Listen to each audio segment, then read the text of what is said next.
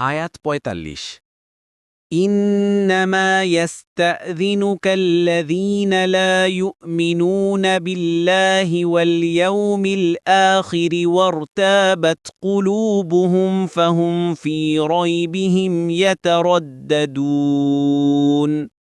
অনুবাদ: আপনার কাছে অব্যাহতি প্রার্থনা করে শুধু তারাই যারা আল্লাহ ও শেষ দিনের প্রতি ঈমান রাখে না, আর তাদের অন্তরসমূহ সংশয়গ্রস্ত হয়ে গেছে, সুতরাং তারা আবুল সংশয়ে দ্বিধাগ্রস্ত। আয়াত ৪৬।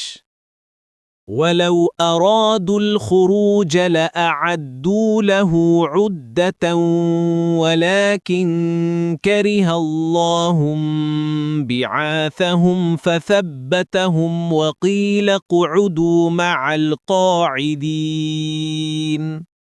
অনুবাদ: আর যদি তারা বের হতে চাইত, তবে অবশ্যই তারা সেজন্য প্রস্তুতির ব্যবস্থা করত, কিন্তু তাদের অভিযাত্রা আল্লাহ অপছন্দ করলেন, কাজেই তিনি তাদেরকে অলসতার মাধ্যমে বিরত রাখেন এবং তাদেরকে বলা হল, যারা বসে আছে তাদের সাথে বসে থাক।